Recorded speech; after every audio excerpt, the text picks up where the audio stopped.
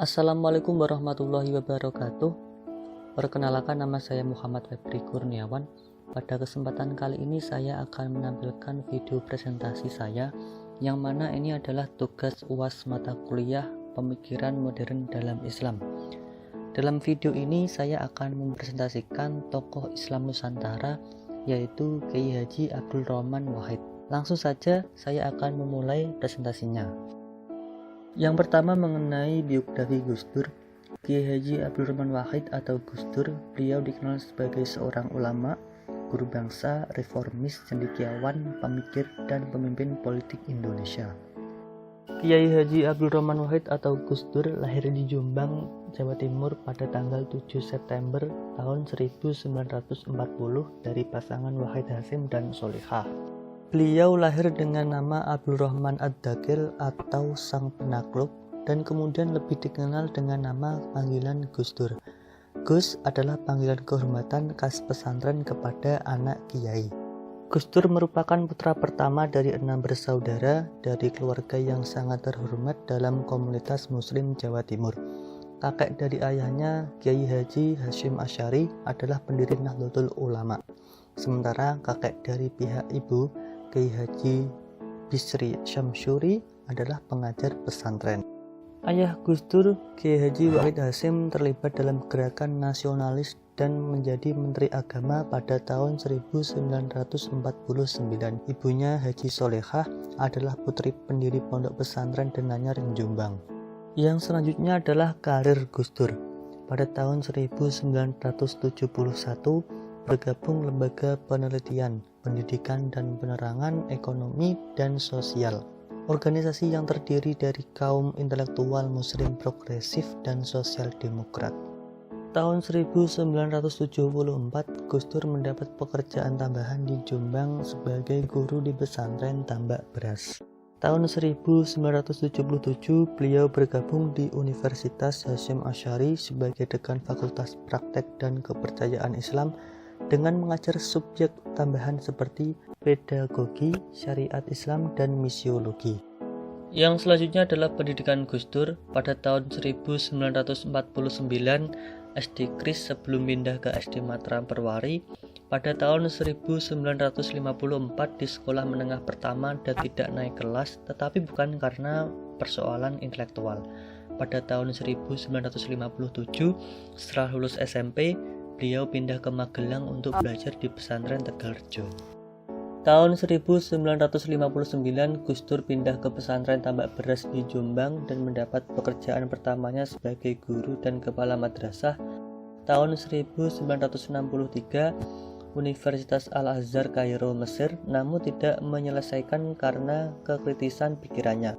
Tahun 1970, Gus Dur menyelesaikan belajar di Universitas Baghdad.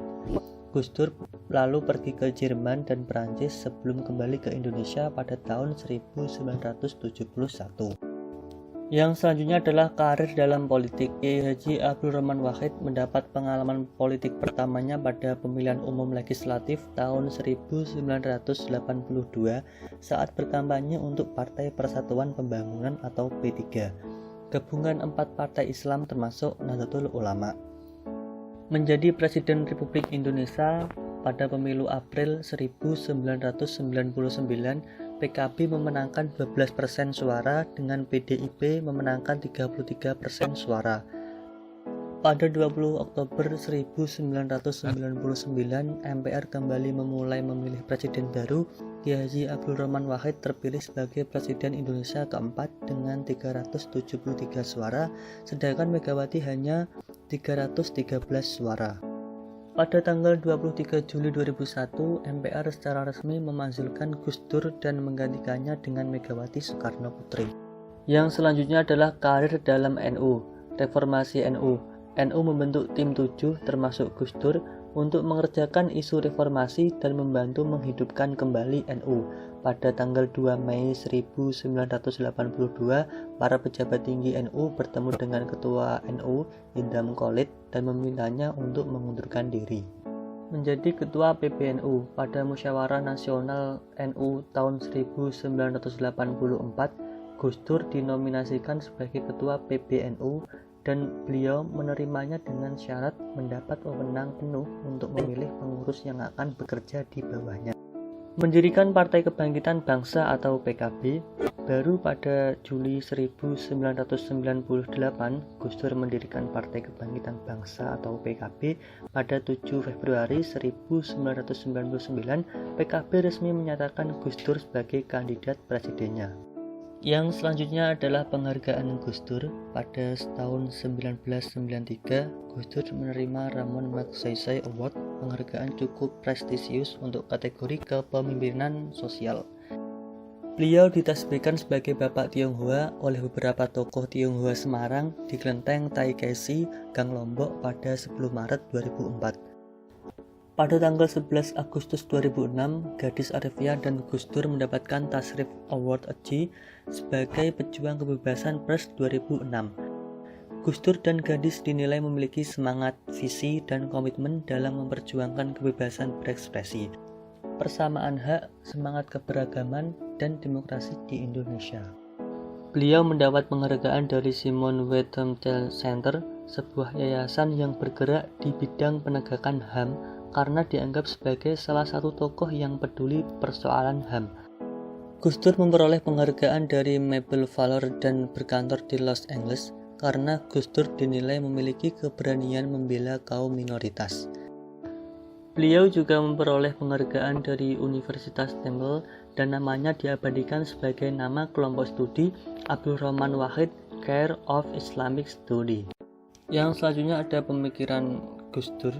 Yang pertama adalah peribumisasi Islam. Peribumisasi Islam sebagai upaya melakukan rekonsiliasi Islam dengan kekuatan-kekuatan budaya setempat agar budaya lokal itu tidak hilang.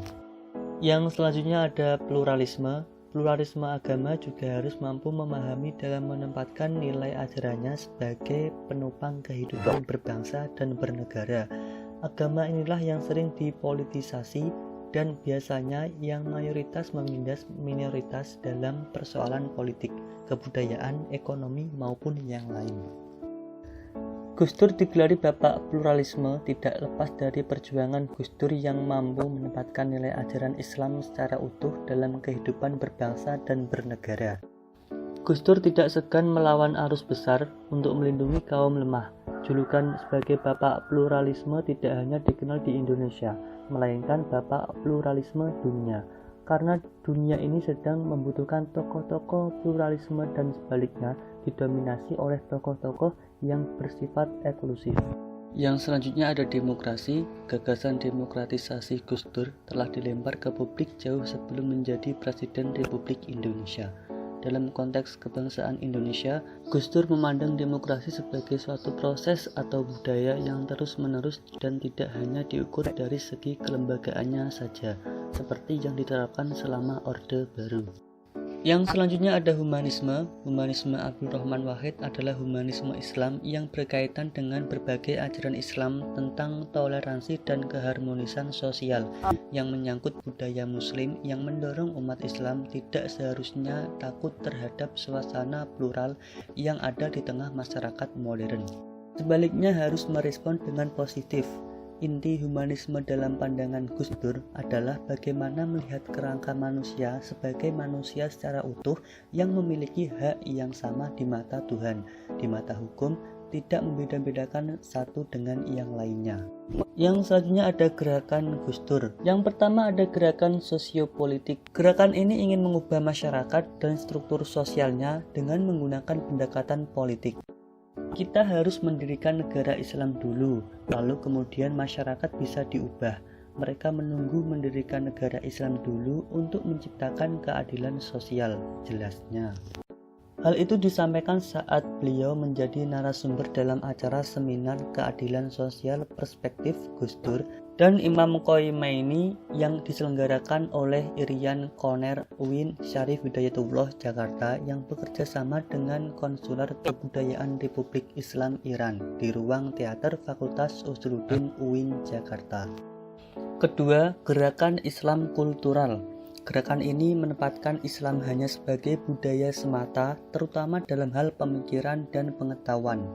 Gerakan ini tidak meminjam struktur masyarakat yang ada untuk menyebarkan dan menanamkan nilai-nilai Islam. Beliau mencontohkan mereka yang belajar di bidang-bidang agama sudah bisa dianggap sebagai muslim yang sempurna meski tingkah lakunya sangat materialistik. Gus Dur menyebut gerakan Islam kultural membuat umat Islam menengah elit. Islam bukan hanya kultur tetapi juga struktur. Yang ketiga ada gerakan sosio-kultural. Gerakan ketiga inilah yang menurut Gus Dur paling tepat untuk menerapkan nilai-nilai Islam. Ada dua hal dilakukan untuk mengubah masyarakat melalui pendekatan kultural, yaitu pertama berangkat dari nilai-nilai budaya setempat, seperti Pancasila adalah produk dari nilai budaya setempat. Terakhir, menggunakan lembaga-lembaga budaya sebagai kendaraan untuk mengubah masyarakat. Dalam hal ini, Gus Dur menggunakan pesantren sebagai kendaraan untuk mengelola masyarakat. Yang berikutnya ada karya-karya Gus Dur. Yang pertama ini berjudul Islamku, Islam Anda, Islam Kita. Yang kedua berjudul Pergulatan Negara, Agama, dan Kebudayaan. Yang ketiga berjudul Tuhan Tidak Perlu Dibela. Yang keempat berjudul Islam Kosmopolitan, Nilai-nilai Indonesia dan Transformasi Kebudayaan. Yang kelima, Kiai Nyentrik Membela Pemerintah. Yang keenam, Khazanah Kiai Bisri Samsuri. Yang ketujuh, Menggerakkan Tradisi Pesantren. Oke, itu tadi presentasi dari saya. Semoga bermanfaat untuk kalian semua. Apabila ada masukan atau saran, silahkan ketik di kolom komentar. Sekian, terima kasih. Wassalamualaikum warahmatullahi wabarakatuh.